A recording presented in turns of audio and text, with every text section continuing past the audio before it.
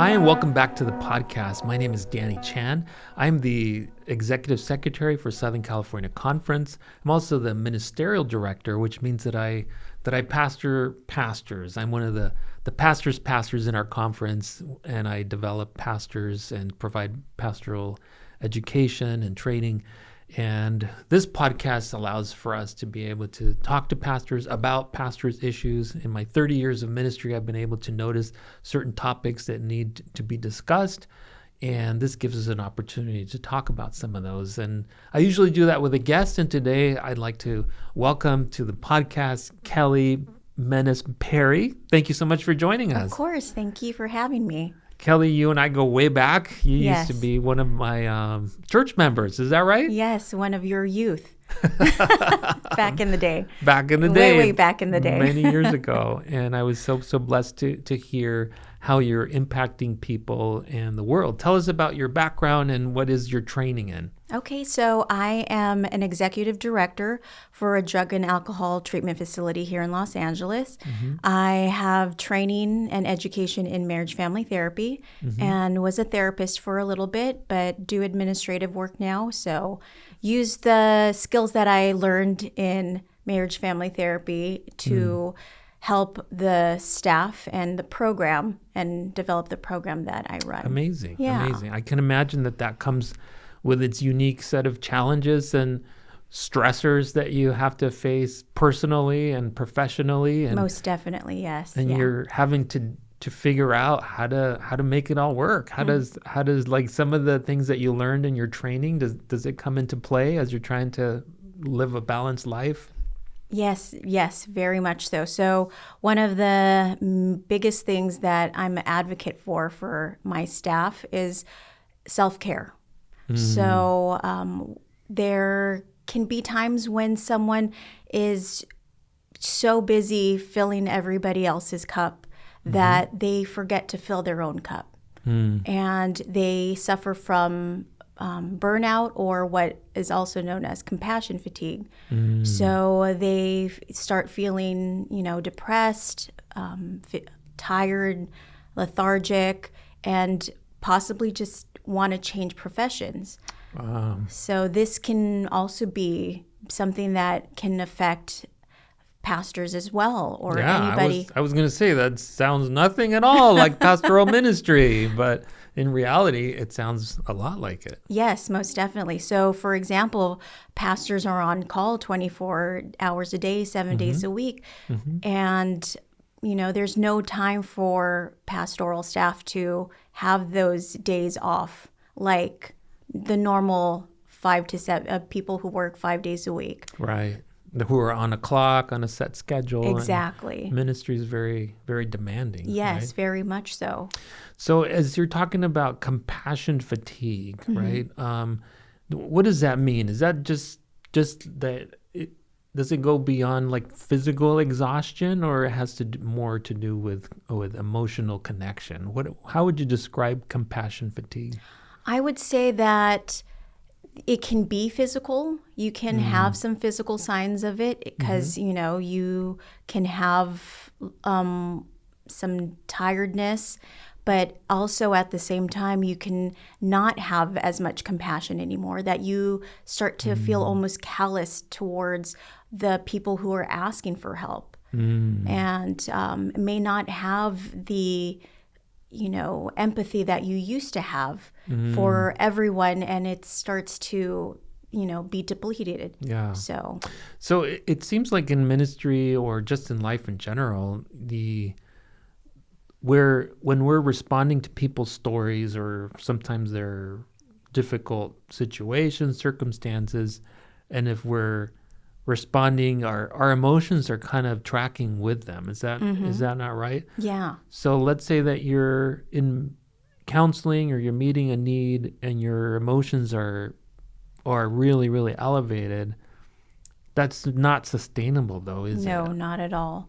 And so that's why it's good to basically during those moments have the times when you check in with yourself and say, for example, you are going through or you're attending to someone who is having marital problems.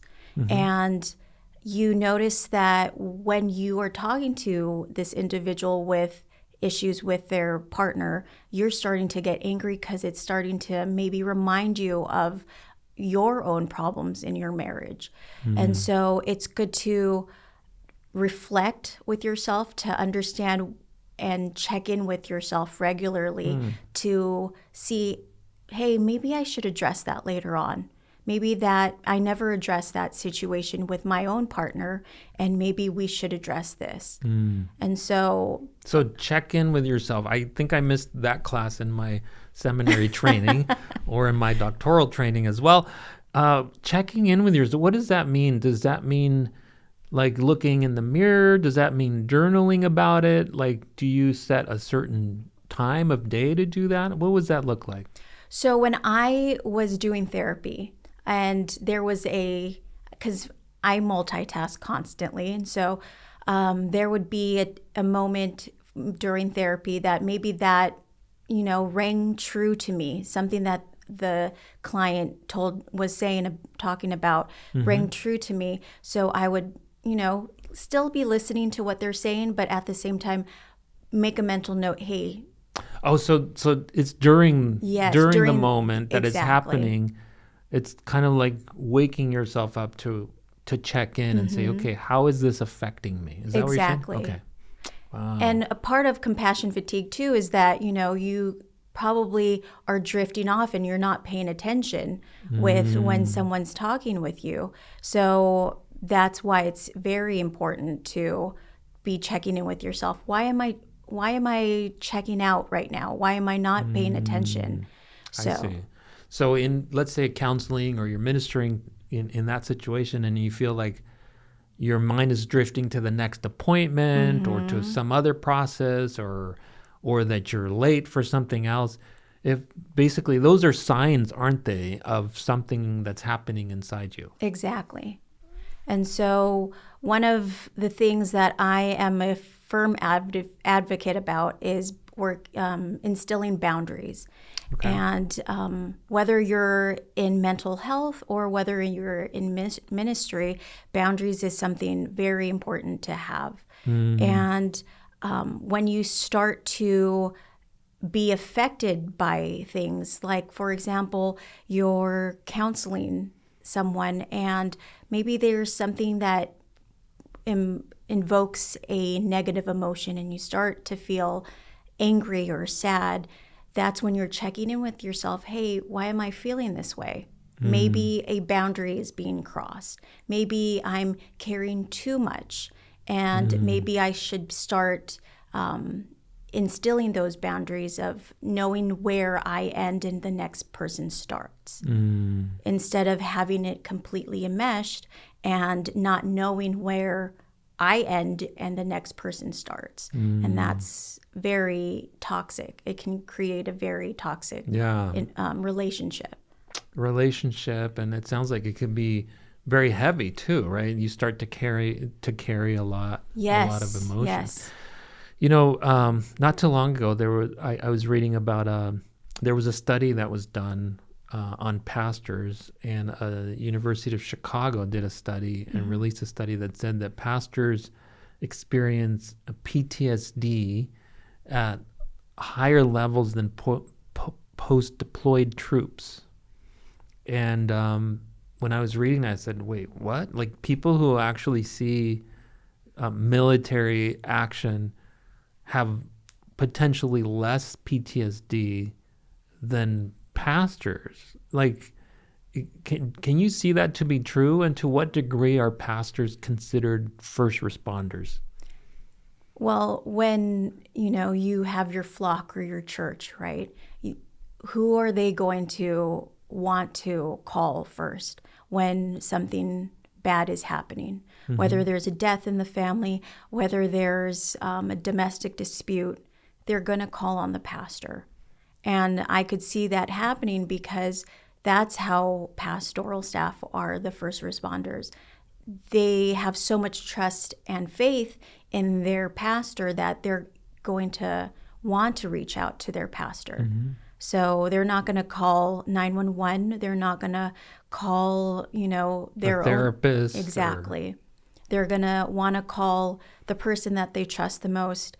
And most likely it's going to be their pastor. Yeah. Yeah. And since pastors are not fully trained on counseling and how to set up boundaries, and it becomes sometimes overwhelming, and sometimes pastors, their need to kind of meet a need kind of supersedes the need to set up healthy boundaries or to refer people. How would you say, what advice would you give us for pastors wanting to set up boundaries? Is it just a mental thing that you have in your mind? Is it written out? How would you consider we go about setting healthy boundaries? Maybe understand what causes or what is causing you to want to cross certain boundaries, and identifying those type of things that basically are red flags, possibly, that you start to take notice of. Mm-hmm. And another thing too is, for therapists, we are encouraged to have our own therapist, because we hear so many things that could be detrimental to our own mental health. So I would highly encourage pastoral staff to also possibly have a therapist, because you are the congregation's sounding board, right? But who is your sounding board? There's no sounding board for pastors, really. You can pray to God and give it to God, but at the same time, it's good to hear it back from someone else too, who is trained. Who's trained. Yes. In how to process some of that. Yeah. And to help us be aware of some of the things that we're facing, right? And working with boundaries too, a personal therapist would be able to identify with you where boundaries are being crossed and work with the individual or with the pastor on what are the telltale signs and what needs to be addressed. It's interesting that in your profession that it's required to have counseling, and here we are as pastors, very often doing similar counseling work, but we don't have that requirement. So it's incumbent on us as pastors to be able to try to set up a system where we're having somebody lead us through and hear us out and helping us to structure our thoughts and our lives in such a way that can extend how we minister to others and improve it. Yes. Well, thank you so much, Kelly, for being with us, for Of helping us course. to understand the importance of some of these things. And thank you for your ministry that you're doing to so many different people that are coming through your clinics, and for giving back to the community. And I know that your faith is a really, really strong part of that. Yes. Thank you for having me. Absolutely. Thank you so much for being here. And thank you for joining us. We're so excited that you're part of this journey. If you'd like to subscribe, feel free to do that so that you can hear about the next upcoming topics and the exciting guests that we have in store for you. Thank you, Pastor, for all the ways that you serve and all the ways that you commit to ministry. And may God continue to bless you as you seek to find balance in the way that you serve.